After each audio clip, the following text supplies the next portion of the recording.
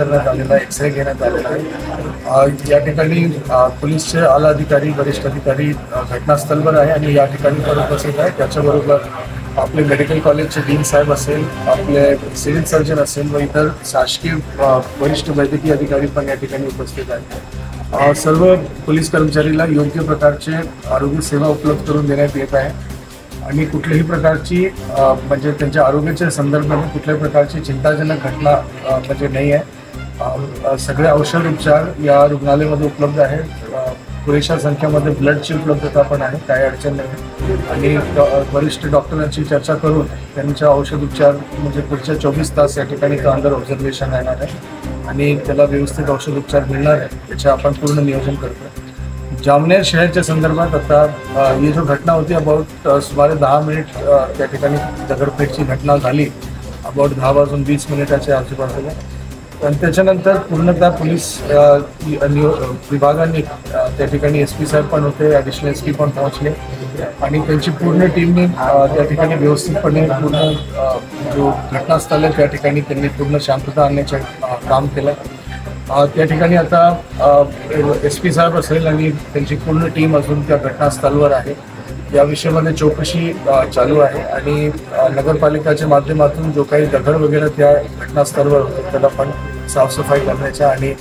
सिच्युएशनला पूर्णतः नॉर्मल्सीमध्ये आणण्याचा प्रयत्न चालू आहे। सर, काय कारण आलं समोर की एवढं लॉ ऑर्डर त्या ठिकाणी बिघडलं? यामध्ये कारणच्या संदर्भामध्ये तो पोलीस विभागाची चौकशी झाल्यानंतर ते आपल्याला व्यवस्थितपणे सांगू शकणार आहे, परंतु प्राथमिक माहिती ही आहे की लोकांमध्ये एक गोष्टीची म्हणजे एक फार दुर्दैव आणि दुःखद घटना अबाउट 6-7 दिवस पूर्वी जामनेरमध्ये घडली होती। त्या घटना झाल्यानंतर आरोपीला आज भुसावळवरून अटक करण्यात आलं। भुसावळवर अटक झाल्यानंतर म्हणजे एक पोलीस त्याची तपासणी आणि न्यायिक प्रक्रियानुसार जो काही कारवाई आहे ते करत होती आणि त्या आरोपी म्हणजे त्या भुसावळवरून त्याला जळगावला आणून त्या ठिकाणी त्याला व्यवस्थित नियमानुसार त्याची चौकशी प्रक्रिया जो आपले क्रिमिनल प्रोसिजर कोड आहे त्याप्रमाणे पोलीस मॅन्युअल आहे त्याप्रमाणे चौकशी पोलीस विभाग करत होते। त्या ठिकाणी मॉबमध्ये अशी एक मागणं होता की या आरोपीला त्यांच्या हवाले करायला पाहिजे, त्याला जामनेर आणायला पाहिजे असं त्यांचं एक मागणी होती आणि या परिस्थितीमध्ये काय असामाजिक तत्वांनी त्या म्हणजे जो एक संवेदनशील परिस्थिती आहे त्याचा फायदा घेताना या एक घटना म्हणजे केला याच्यामध्ये, परंतु पोलीस विभागाने अत्यंत व्यवस्थितपणे त्याला कारवाई करून आणि पोलीसचे कर्मचारी आणि अधिकाऱ्यांनी खूप धैर्य दाखवून हिंमत दाखवून त्या ठिकाणी परिस्थितीला अगदी काही मिनिटांनी त्या परिस्थितीला अत्यंत म्हणजे व्यवस्थितपणे त्याला कंट्रोलमध्ये आणलं। त्या ठिकाणी दंडाधिकारी पण उपस्थित होते, त्यांनी पण लोकांशी संवाद साधला आणि अत्यंत 5-7 मिनिटांमध्ये अगदी 10 मिनिटाच्या आतमध्ये परिस्थितीला त्यांनी नियंत्रणात आणलं आणि त्या ठिकाणी पूर्ण शांतताचं वातावरण परत निर्माण केलं। परंतु ही दुर्दैव घटना घडलेली आहे आणि त्याच्यावर पोलीसची पुढील चौकशी चालू आणि चौकशी झाल्यानंतर पूर्ण घटनाक्रम आणि कोण कोण याच्या मागे होते, काय विचार होता, काय काय घटना घडली या सगळ्या गोष्टी समोर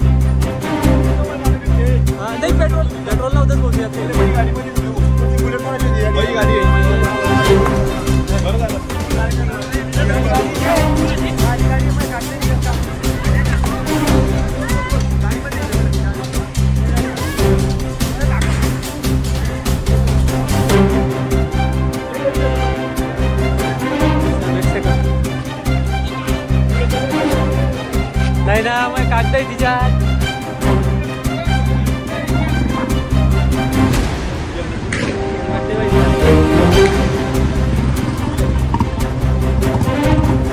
हॅलो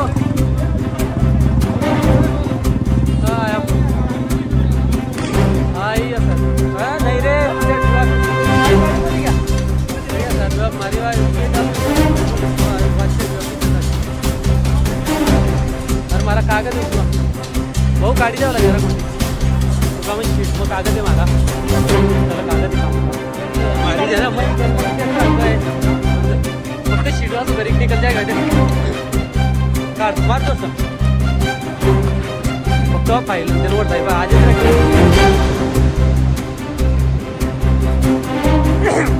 झेरॉक्स काढ मला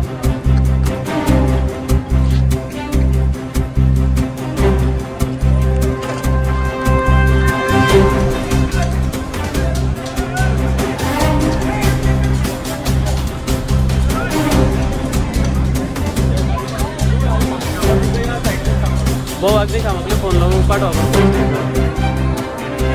पण त्याला माझा नंबर नाही फक्त फोन करा आपली गाडी